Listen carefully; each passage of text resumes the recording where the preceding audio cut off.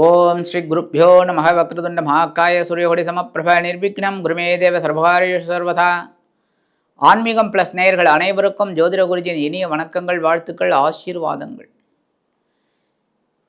இந்த காணொளி ரொம்ப அற்புதமான முக்கியமான ஒரு காணொளி.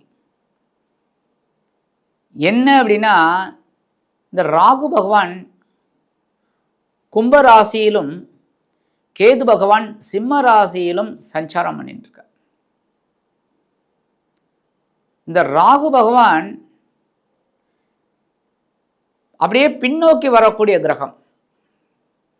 எல்லா கிரகங்களும் சூரியனை நோக்கி இப்படி சுத்தின்னு இருக்கு, இடமிருந்து வளமாக. ஆனால் இது மட்டும் வளமிருந்து இடமாக இப்படி சுற்றும், ரிவர்ஸில்.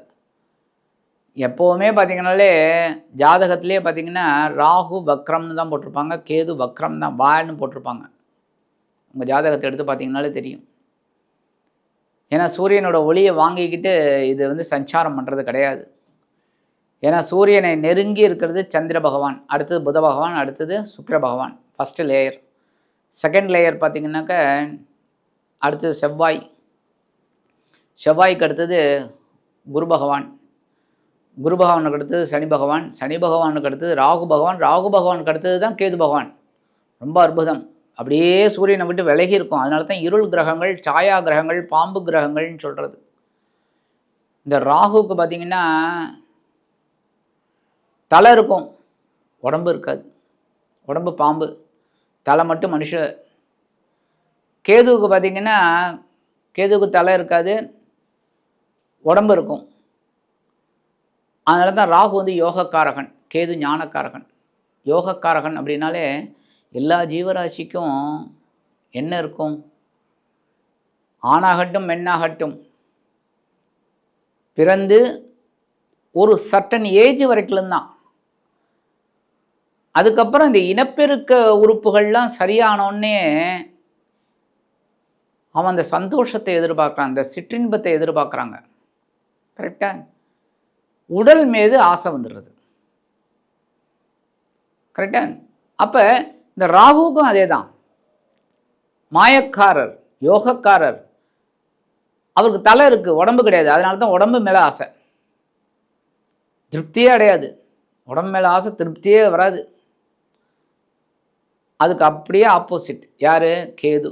கேதுவுக்கு பார்த்திங்கன்னா உடம்பு உண்டு, தலை கிடையாது. தலையில் என்ன இருக்குது? மூளை, அறிவு, ஞானம். எதையுமே நம்ம பாருங்கள், புத்திசாலித்தனமாக யோசிச்சோம்னா நமக்கு வெற்றி கிடைக்கும். அவசரமாக யோசித்தா தான் வெற்றி கிடைக்காது. அதை கொடுக்கறது ஞானக்காரகன் கேது. ஆக இந்த ராகு பகவான் நமக்கெல்லாம் யோகத்தை கொடுக்கக்கூடிய ஒரு கிரகம் கண்டிப்பாக. ஏன்னா எல்லா ஜீவராசிகளுக்கும் சிற்றின்பத்தில் ஈடுபாடு உண்டு. கரெக்டாக? அப்படிப்பட்ட இதில் இந்த ராகு பகவான் அவரோட நட்சத்திரம் அப்படின்னு பார்த்தீங்கன்னா திருவாதிரை, சுவாதி, சதயம். இதில் திருவாதிரை மிதுன ராசியில் வருது. இந்த 3 நட்சத்திரம் பாருங்கள், உடைபடாத நட்சத்திரம். இந்த கேது பகவானோட நட்சத்திரமும் உடைபடாது, அஸ்வதி, மகம், மூலம். சில கிரகங்கள் அதேமாதிரி பரணி, பூரம், பூராடம், சுக்கிரனோட நட்சத்திரம் உடைபடாத நட்சத்திரம். அப்போ இந்த விஷயத்தில் இந்த ராகு பகவான் திருவாதிரை அப்படிங்கும்போது மிதுன ராசியில் இருக்குது, அடமண்ட். எப்படின்னா தான் பிடித்த முயலுக்கு 3 கால். அதுமாரி சுவாதி, அடுத்து சதயம். சதயத்தில் பிறந்தவர் யார்? மாமன்னர் ராஜராஜ சோழர். அந்த வகையில் ஆளும் திறமை கொண்டது இந்த சதயம். இந்த ராகு பகவான் சதயத்தில் தான் வரப்போறார். 4ஆம் பாதம், 3ஆம் பாதம், 2ஆம் பாதம், 1ஆம் பாதம். இப்படி தான் ரிவர்ஸில் தான் நான் வருவார். 1, 2, 3, 4 போக மாட்டார். 3 அப்படி 4, 3, 2, 1. இந்த ராகு பகவான் 23/11/2025 முதல் 31/7/2026 வரைக்கும் சதய நட்சத்திரத்தில் சஞ்சாரம் பண்ணுற. இந்த சதய நட்சத்திரம் அவரோட சொந்த நட்சத்திரம். ஆனால் இப்போ உங்களுக்கு குரு பகவானோட பார்வை கிடையாது. 5/12/2025 மேலே குரு பகவானோட பார்வை வரது. அது கிட்டத்தட்ட மே மாதம் ஜூன் மாதம் வரைக்கும் இருக்குது, 2026 வரைக்கும். சூப்பர். இந்த 5/12/2026 அதாவது 23/11/2025 முதல் 5/12/2025 வரைக்கும் கொஞ்சம் கவனமாக இருக்கணும் எல்லாரும்.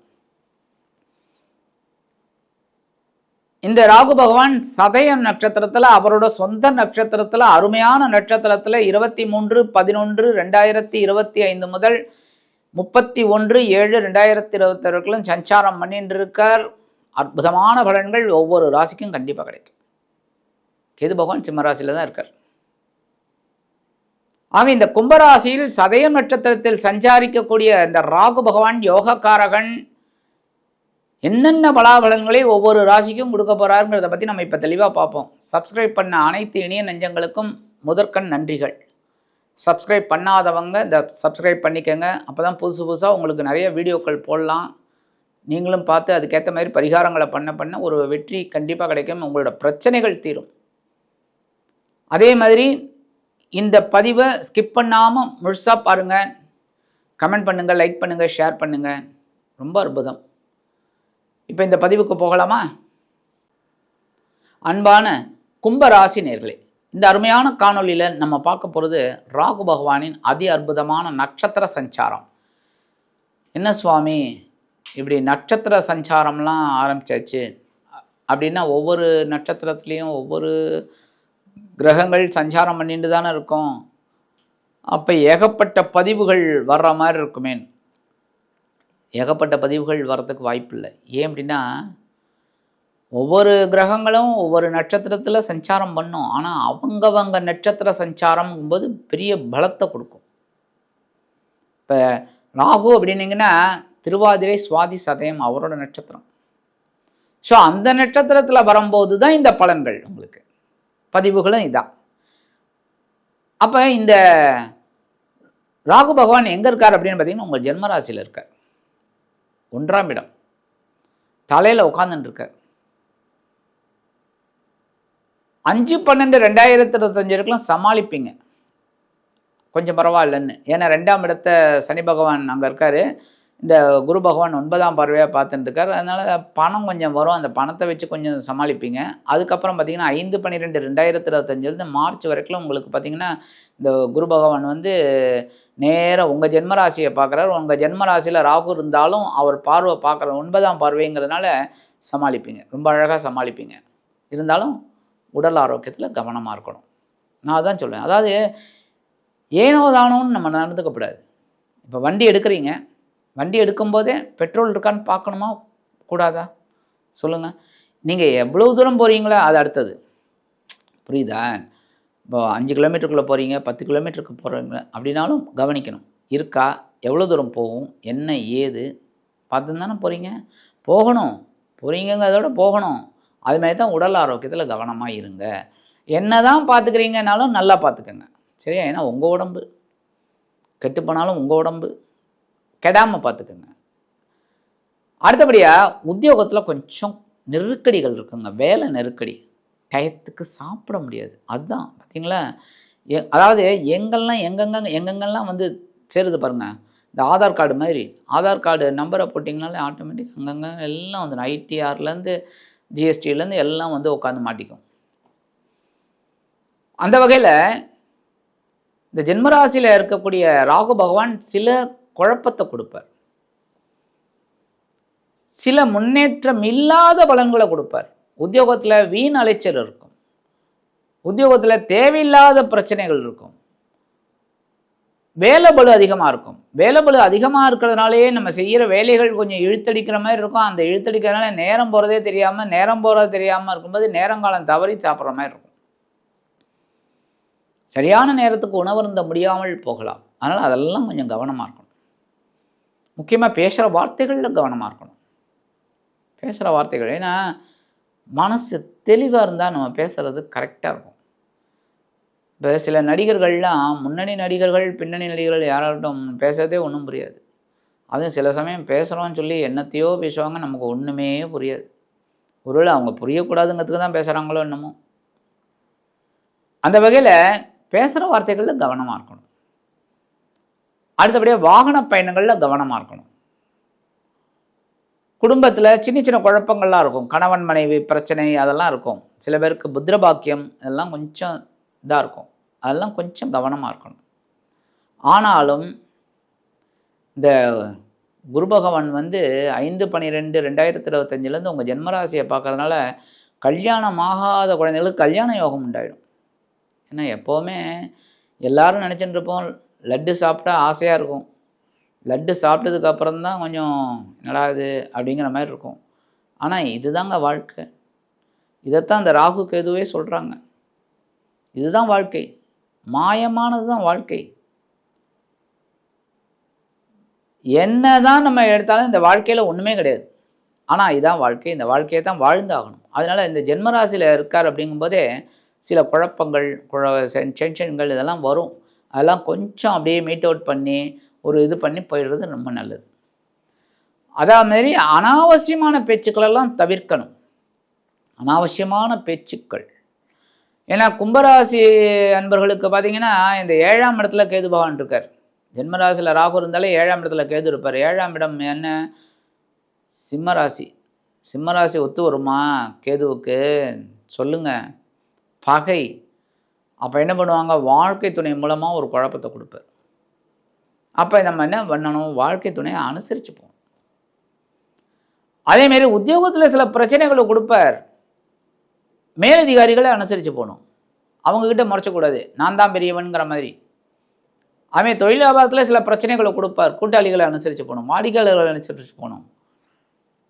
நான் தான் பெரிய ஆள் அப்படின்னு நினச்சா அங்கே தான் பிரச்சனை வரும்.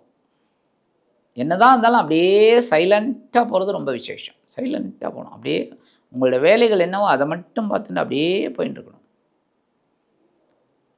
ஆனாலும் இந்த கேது பகவான் உங்களுக்கு சில அனுகூலங்களையும் கொடுப்பார். அதான் நான் சொன்னேன் முன்னாடியே, நமக்கு அந்த அனுகூலங்கள் வரணும் அப்படின்னா அனுசரித்து போகணும் யாராக இருந்தாலும். ஏன்னா இந்த கும்பராசி அப்படிங்கும்போதே சனீஸ்வர பகவான். சனீஸ்வர பகவான் உழைப்பிற்கு அஞ்சாதவர். உழைப்பை எவன்லாம் கொடுக்குறானோ அவனெல்லாம் இந்த சனீஸ்வர பகவான் உயர்த்தி அழகு பார்க்குறதுல அவரை மிஞ்சறதுக்கு ஆளே கிடையாது. அவனை ஒரு கோபுரத்தில் தான் வச்சு பார்ப்பார். அந்த வகையில் இந்த இதில் பார்த்திங்கன்னா அவிட்டம், கும்பராசியில் இருக்கிற அவிட்டங்காரால் தொட்டதெல்லாம் பொண்ணாக வைப்பார். அதுதான் அவிட்டத்தில் பிறந்த தவிட்டு பானையில் இருக்கிற இது கூட தவிடு கூட பொண்ணாயிடுமா, தங்கமாயிடுமா, அந்த மாதிரி. அடுத்து சதயம், உங்கள் நட்சத்திரத்தில் தான் வரார் ஐயா. அதில் இந்த முக்கியமாக இந்த சதய நட்சத்திரக்காரா டென்ஷன் இல்லாமல் இருக்கணும், பொறுமையாக ஹேண்டில் பண்ணணும். அடுத்து பூரட்டாதி, சமாளிப்பீங்க. ஏன்னா 1, 2, 3 ஆகிய பாதங்கள் சவாலே சமாளி. ஏன்னா குருவோட நட்சத்திரம், சமாளிச்சிடுவீங்க, ஒன்றும் பிரச்சனை கிடையாது. எப்படி நகர்த்தின்னு போகணும் அப்படிங்கிறது உங்களுக்கு ரொம்ப நல்லாவே அந்த கலை, கைவந்த கலை. அதேமாரி சதயம் சொல்லிட்டேன். முக்கியமாக இந்த சதயம் நட்சத்திரக்காராக தான் ரொம்ப கவனமாக இருக்கணும் இந்த காலகட்டத்தில். 23/11/2025 31/7/2026 வரைக்கும் உடல் ஆரோக்கியத்தில் ரொம்ப ரொம்ப ரொம்ப ரொம்ப கவனமாக இருக்க வேண்டிய ஒரு காலகட்டம் யாருக்கு அப்படின்னு பார்த்திங்கன்னா இந்த சதயம் நட்சத்திரத்தில் பிறந்த கும்பராசி நேர்கள். இதெல்லாம் ப்ரீகாஷனாக சொல்கிறேன். என்னென்னா உங்களுக்கு இந்த நேரத்தில் ஒரு கலைத்துறையில் இருக்கீங்க, சரியா? கலைத்துறையில் இருக்கீங்க. அப்போ திடீர்னு உங்களுக்கு ஒரு பெரிய ஒரு இது கிளிக் ஆகும். கிளிக் ஆகும்போது அவார்டு கிடைக்கும். அவார்டு கிடைக்கும்போது விருந்து கண்டிப்பாக உண்டு. அந்த விருந்தில் தான் கவனமாக இருக்கணும். விருந்தில் கேர் எடுத்துக்கணும். அனாவசியமாக சாப்பிட்டு மாட்டிக்கப்படாது. அதனால் இந்த மற்ற இந்த தேவையில்லாத ஒரு பழக்கத்தெல்லாம் நம்ம அவாய்ட் பண்ணுறது ரொம்ப நல்லது. கெட்ட பழக்கம்னு சொல்லுவாங்க பார்த்தீங்களா, அந்த பழக்கத்தெல்லாம் அவாய்ட் பண்ணுறது ரொம்ப நல்லது. இந்த நேரத்தில் உடல் ஆரோக்கியம் அதுக்கு தான் கவனிக்கப்பட வேண்டும். சரி, பரிகாரமாக என்ன பண்ணினா ரொம்ப விசேஷம். கண்டிப்பாக நீங்கள் புற்றுக்கோயில் தினம்தோறும் போகிறது ரொம்ப நல்லது. அதுவும் இந்த சதய நட்சத்திரத்தில் பிறந்த அன்பர்கள் கண்டிப்பாக தினந்தோறும் போகிறது ரொம்ப விசேஷம். முடியாது அப்படின்னா இந்த பஸ்லேயோ வண்டிலேயோ போகும்போது அப்படியே தரிசனம் பண்ணிக்கோங்க. ஒரு நாள் ஞாயிற்றுக்கிழமை கண்டிப்பாக லீவாக இருக்கும். அந்த காலையில் போயிட்டு அம்பாள் வழிபாடு பண்ணுங்க. புற்றுக்கோயிலுக்கு கொஞ்சம் பால் தெளிச்சிட்டு வாங்க. ஸ்லைட்டாக பால் தெளிச்சிட்டு வந்துடுங்க. அது ரொம்ப விசேஷமான பலன்கள் உங்களுக்கு கண்டிப்பாக கிடைக்கும். இந்த பால் எதுக்காக தெளிக்கிறோம் அப்படிங்கிறத உங்களுக்கு ஒரு தனி காணொலியில் உங்களுக்கு சொல்கிறேன். இதுக்கு சயின்டிஃபிக் ரீசன் இருக்குது. சும்மா முன்னோர்கள் நமக்கு அந்த மாதிரிலாம் சொல்லி கொடுத்துட்டு போகலை. அதனால் இந்த பால் தெளிச்சிட்டு வர்றது ரொம்ப விசேஷமான பலன்கள் உங்களுக்கு கண்டிப்பாக கிடைக்கும். ஆக இந்த சின்ன பரிகாரம் நீங்கள் பண்ணிங்கனாலே கும்பராசி அன்பர்களுக்கு இந்த ராகு பகவான் சதய நட்சத்திரத்தில் அமர்ந்து அதி அற்புதமான உன்னதமான பலன்களை வாரி வழங்குவார் என்று கூறி விடைபெறுகிறேன். நன்றி, வணக்கம். மீண்டும் ஒரு அருமையான காணொளியில் உங்களை சந்திக்கிறேன். வாழ்த்துக்கள். வாழ்க வளமுடன்.